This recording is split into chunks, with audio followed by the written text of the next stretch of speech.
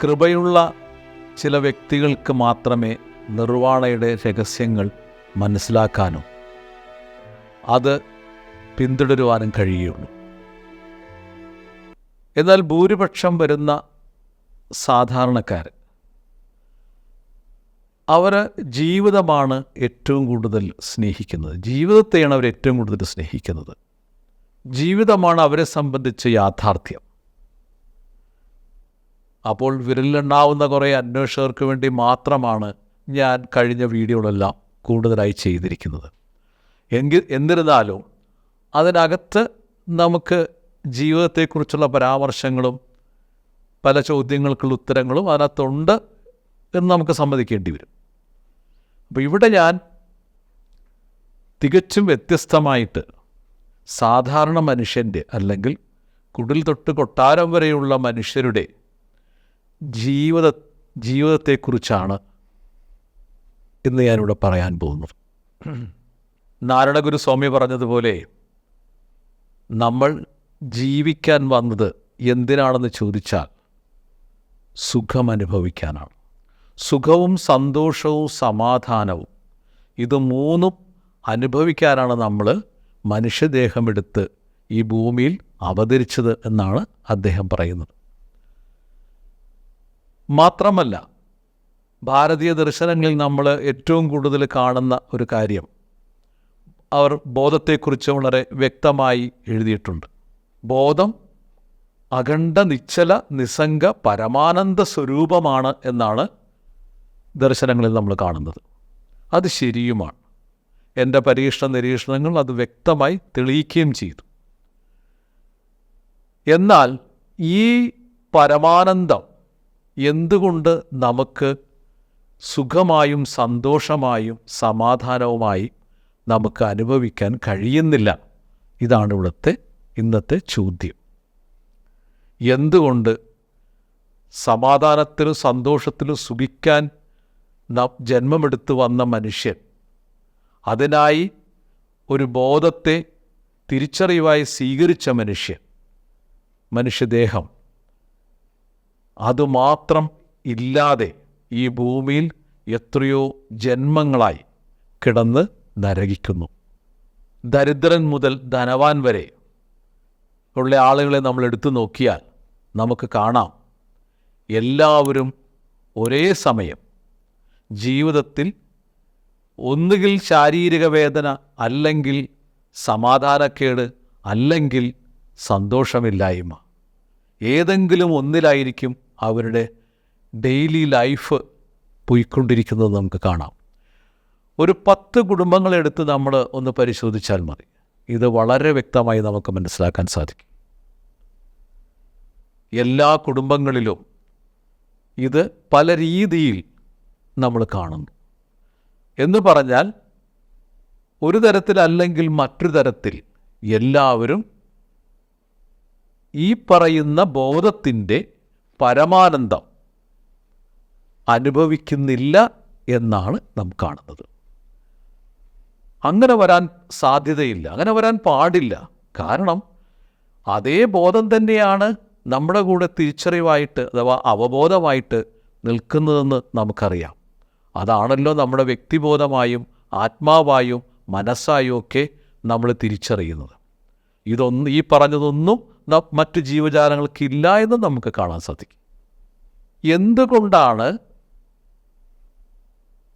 നമുക്ക് സ്ഥായിയായ 24 മണിക്കൂറും 365 ദിവസവും നമുക്ക് സന്തോഷവും സുഖവും സമാധാനവും ലഭിക്കാത്തത്? അതിൻ്റെ കാരണമെന്ത്? അപ്പോൾ നാം ആദ്യം അതിൻ്റെ കാരണമാണ് കണ്ടെത്തേണ്ടത്. എന്തുകൊണ്ടത് ലഭിക്കുന്നില്ല എന്നുള്ള കാരണം കണ്ടെത്തിയാലേ നമുക്ക് അതിനെ പരിഹരിച്ച് നമുക്കത് ലഭ്യമാക്കാൻ സാധിക്കുകയുള്ളൂ. ഇത് മനസ്സിലാക്കുന്നതിന് മുൻപ് നമ്മൾ ബോധത്തിൻ്റെ ചില പ്രത്യേകതകൾ മനസ്സിലാക്കേണ്ടിയിരിക്കുന്നു. എൻ്റെ പഠനത്തിൽ ഞാൻ ബോധത്തെ വ്യക്തമായി മനസ്സിലാക്കാൻ ശ്രമിച്ചപ്പോൾ അതിൽ പ്രധാനമായി ഞാൻ കണ്ട 2 പ്രത്യേകതകളാണ് ഞാൻ പറയാൻ പോകുന്നത്. ഒന്ന്, നമ്മൾ എന്താണോ സങ്കല്പിക്കുന്നത് ആ സങ്കല്പത്തിനോട് നമുക്ക് ആത്മാർത്ഥതയുണ്ടെങ്കിൽ, ശക്തമായ ആത്മാർത്ഥതയുണ്ടെങ്കിൽ, ആ സങ്കല്പം, ബോധം 3 രീതിയിൽ അതിനെ മെറ്റീരിയലൈസ് ചെയ്യും, അതായത് യാഥാർത്ഥ്യമാക്കി മാറ്റും. ഇതാണ് ബോധത്തിൻ്റെ ഒന്നാമത്തെ പ്രത്യേകത. അതായത് ഭ്രമം, വിഭ്രമം, മതിഭ്രമം എന്നിങ്ങനെ 3 തലങ്ങളിലുള്ള ബോധം നമ്മുടെ സങ്കല്പത്തിൻ്റെ കാറ്റഗറി അനുസരിച്ച് നമ്മൾ എവിടെയാണ് സങ്കല്പിക്കുന്നത്. നമ്മുടെ സങ്കല്പം, എല്ലാവരുടെ സങ്കല്പം ഒരുപോലെയല്ല. ചിലർ ആകാൻ ആഗ്രഹിക്കുന്നു, പണമുണ്ടാക്കാൻ ആഗ്രഹിക്കുന്നു. ചിലർ ദൈവത്തെ അനുഭവിക്കാൻ ആഗ്രഹിക്കുന്നു. ചിലർ മറ്റു ഭൗതികമായ ജീവിതത്തെ നേടാൻ ആഗ്രഹിക്കുന്നു. സുഖവും സമൃദ്ധിയുള്ള ജീവിതത്തെ, അല്ലെങ്കിൽ സ്നേഹവും അനുകമ്പയൊക്കെയുള്ള ജീവിതത്തെ ഒക്കെ എല്ലാവരും ആഗ്രഹിക്കുന്നു. അപ്പോൾ ഓരോരുത്തരും സങ്കല്പിക്കുന്നത് വ്യത്യസ്ത രീതിയിലാണ്. ആ രീതി, അവരുടെ സങ്കല്പം എന്താണോ അതിനാനുപാതികമായ രീതിയിൽ മാത്രമേ ബോധത്തിന് ഇത് മെറ്റീരിയലൈസ് ചെയ്യാൻ കഴിയുള്ളൂ. ഇപ്പോൾ ഉദാഹരണത്തിന്, ഒരാൾ ഒരു വിമാനം ഉണ്ടാക്കണമെന്ന് ആഗ്രഹിച്ചാൽ, ഒരു വിമാനത്തിൽ അല്ലെങ്കിൽ പറക്കുന്നൊരു യന്ത്രം ഉണ്ടാക്കണമെന്ന് ആഗ്രഹിച്ചാൽ, അയാളുടെ ആഗ്രഹം കിടക്കുന്നത് എവിടെയാണ്? വസ്തുക്കളിലാണ്, വസ്തുബോധത്തിലാണത്. അതാണ് ഭ്രമമെന്ന് നമ്മൾ പറയുന്നത്. ബോധശാസ്ത്രം ഭ്രമം എന്ന് വിളിക്കുന്നത് അതിനെയാണ്. വസ്തുബോധമാണത്. വസ്തുക്കളെക്കുറിച്ചുള്ള അനുഭവം, അല്ലെങ്കിൽ വസ്തുവിനെ അനുഭവിക്കുക, അതാണ് ഭ്രമം. അപ്പോൾ ഇയാൾ ആവശ്യപ്പെടുന്നത് എന്താണ്? ഒരു വിമാനം വേണം, അല്ലെങ്കിൽ ഒരു പറക്കുന്ന ഒരു യന്ത്രം വേണമെന്നാണ് അയാൾ ആഗ്രഹിക്കുന്നത്. അപ്പോൾ തീർച്ചയായിട്ടും അയാളുടെ ആത്മാർത്ഥതയ്ക്കനുസരിച്ച് ബോധം അത് അനേക വർഷങ്ങൾ കൊണ്ടോ അല്ലെങ്കിൽ ഒരു തലമുറയിൽ നിന്ന് അടുത്ത തലമുറയിലേക്ക് പോയാലും ശരി, ബോധം അതൊരിക്കൽ അതായത് അയാളുടെ സങ്കല്പം തുടർച്ചയായിട്ട് മറ്റുള്ളവർ ഏറ്റെടുക്കും. അങ്ങനെ തുടർന്ന് ഒരുപക്ഷെ അങ്ങനെ വലിയ സങ്കല്പമാണെങ്കിൽ ഒരാളെ കൊണ്ട് അത് പൂർത്തീകരിക്കാൻ പറ്റില്ല. അപ്പോൾ പരലായിട്ടത് പൂർത്തീകരിക്കപ്പെട്ട് ഇന്ന് നമ്മൾ അങ്ങനെയുള്ളൊരു വിമാനത്തിൽ സഞ്ചരിക്കുന്നു. അതുപോലെ ഒരാൾ ജീവിതത്തിൽ തനിക്ക് സ്നേഹമുള്ള ഒരു ഭാര്യയെ കിട്ടണം, അല്ലെങ്കിൽ നല്ല മക്കളുണ്ടാകണം, അവർ ഞാൻ പറയുന്നതനുസരിച്ച് ജീവിക്കണം എന്നൊക്കെ ചിന്തിച്ചുകൊണ്ട് ശക്തമായി സങ്കല്പിച്ച് അയാൾ അതിനുവേണ്ടി ശ്രമിക്കുമ്പോൾ, ആത്മാർത്ഥതയോടെ ശ്രമിക്കുമ്പോൾ, തീർച്ചയായിട്ടും അത്തരത്തിലുള്ള ഒരു ഭാര്യയെയും മക്കളെയൊക്കെ അയാൾക്ക് തീർച്ചയായും ലഭിക്കും. അതിന് സംശയമേ വേണ്ട. കാരണം അത് അയാളുടെ സങ്കല്പമാണ്. എൻ്റെ ഭാര്യ വളരെ സ്നേഹമുള്ളവളായിരിക്കണം എന്നുള്ളത് അയാളുടെ സങ്കല്പമാണ്. അതിനുവേണ്ടി അയാൾ എന്ത് ത്യാഗവും ചെയ്യാൻ തയ്യാറാണ്. അപ്പം അതുകൊണ്ട് അയാളുടെ സങ്കല്പം മെറ്റീരിയലൈസ് ചെയ്യും. അത് മെറ്റീരിയലൈസ് ചെയ്യുന്നത് എവിടെയാണ്? വിഭ്രമത്തിലാണ്. അത് ഭ്രമമല്ല, അത് ഒബ്ജക്റ്റുമായിട്ട് ബന്ധമുള്ള ഒരു ആഗ്രഹമല്ല, അല്ലെങ്കിൽ ഒരു സങ്കല്പമല്ല. അത് വികാരവുമായിട്ട് ബന്ധമുള്ളൊരു സങ്കല്പമാണ്. സ്നേഹം വികാരമാണ്. സ്നേഹമുള്ള ഒരു ഭാര്യ അല്ലെങ്കിൽ അനുസരണയുള്ള കുട്ടികൾ എന്ന് പറയുമ്പോൾ അതെല്ലാം വികാരങ്ങളിൽപ്പെടുന്ന കാര്യങ്ങളാണ്. അപ്പോൾ അതുകൊണ്ട് അതിനെ വിഭ്രമ അനുഭവം കൊണ്ടേ അതിനെ മെറ്റീരിയലൈസ് ചെയ്യാൻ കഴിയുള്ളൂ. ഇനി ഒരാൾ ഇത് രണ്ടുമല്ല, അയാൾക്ക് ദൈവത്തെ കാണണം, അല്ലെങ്കിൽ അതീന്ദ്രിയ സുഖങ്ങളും സൗഭാഗ്യങ്ങളൊക്കെ അനുഭവിക്കണം, അല്ലെങ്കിൽ സ്വന്തം മരിച്ചുപോയ ഭാര്യയെ കാണണം, ഇങ്ങനെയൊക്കെയുള്ള ആഗ്രഹങ്ങളാണ് അല്ലെങ്കിൽ സങ്കല്പങ്ങളാണ് അയാൾക്കുള്ളതെങ്കിൽ തീർച്ചയായിട്ടും അതും ബോധം സാധിച്ചു കൊടുക്കും.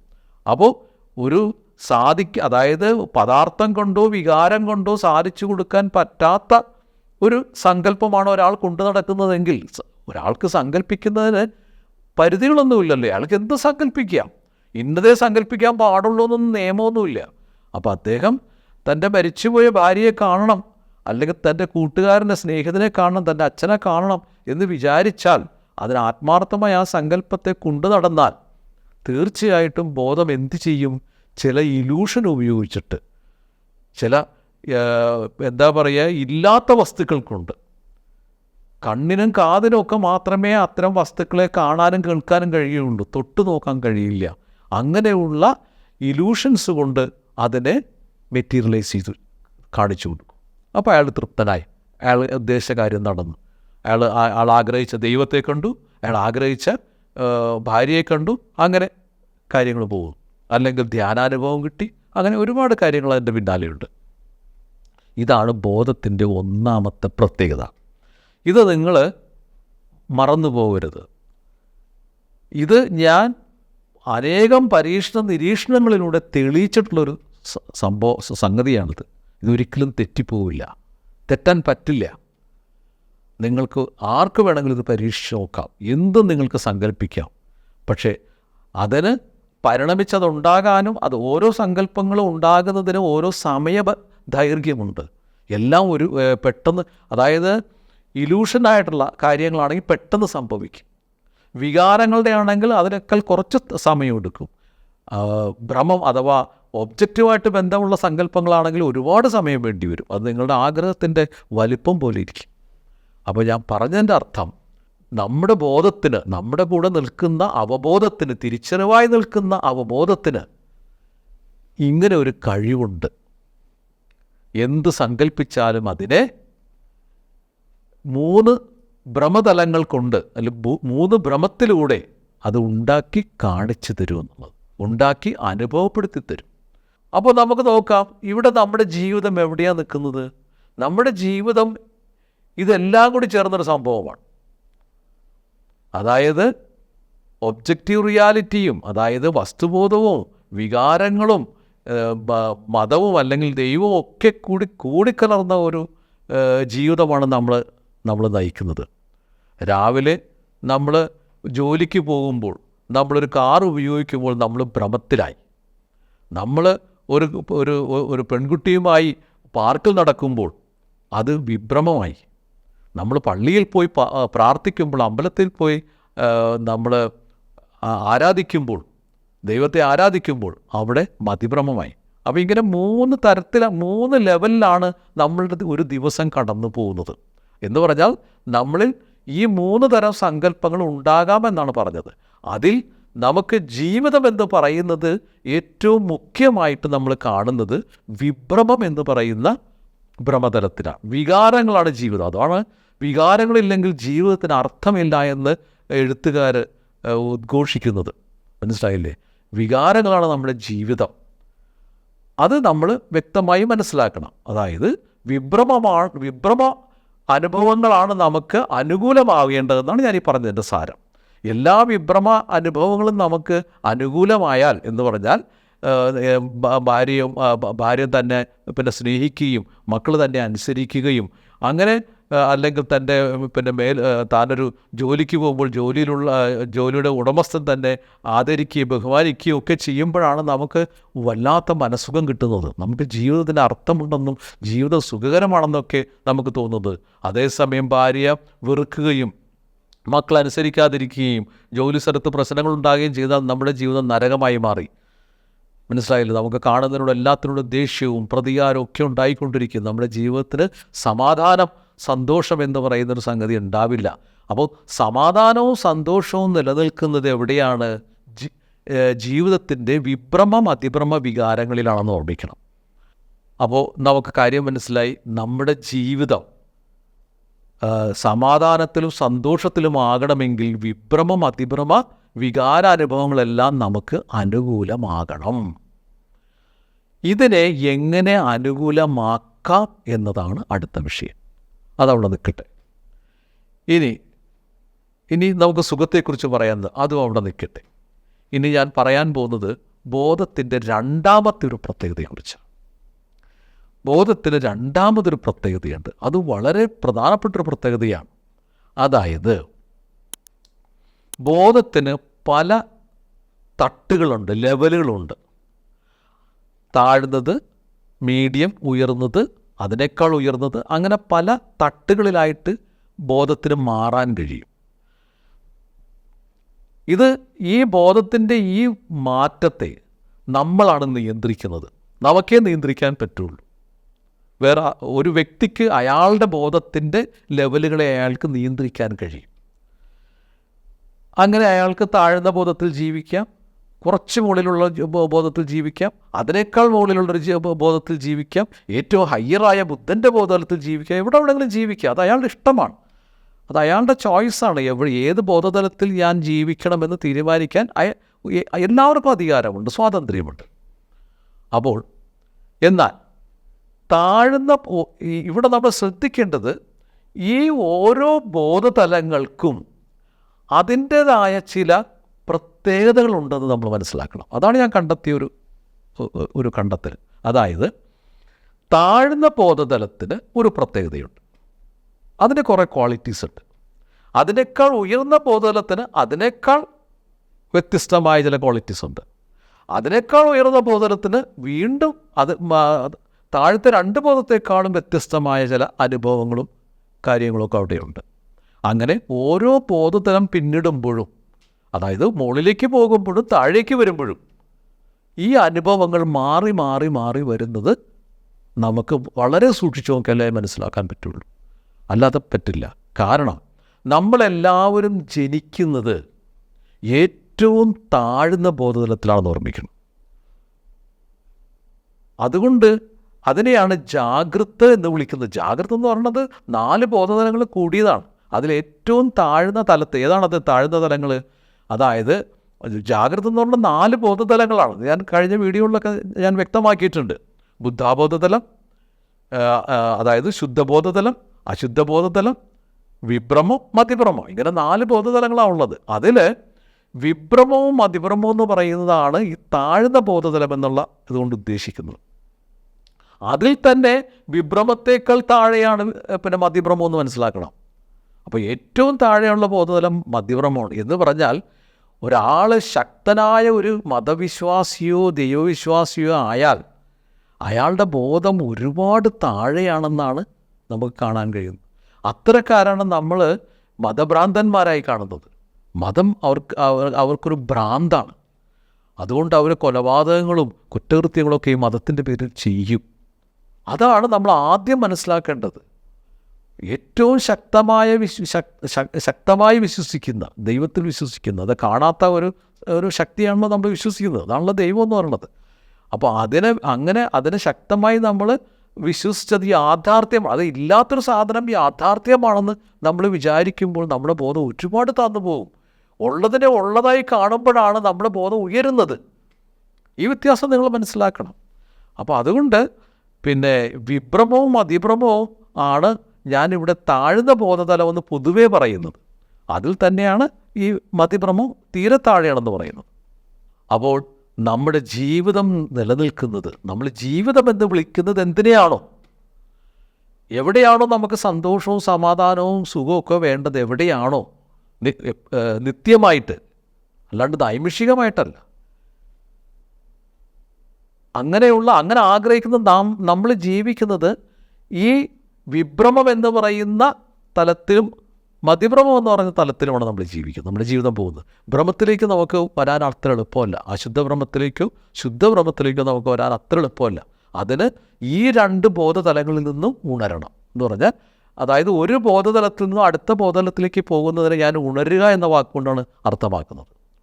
അതായത് ഒരാൾ തൻ്റെ മതവിശ്വാസങ്ങളെ ഉപേക്ഷിച്ച് അതിന് സാക്ഷിയായി പുറത്തു കിടക്കുമ്പോൾ അയാൾ ആ താഴ്ന്ന ബോധതലത്തിൽ നിന്ന് ഉണർന്ന് വിഭ്രമത്തിലായി, ജീവിതം എന്ന് പറയുന്ന യഥാർത്ഥത്തിലുള്ള ജീവിതം എന്ന് പറയുന്ന ബോധതലത്തിലായി.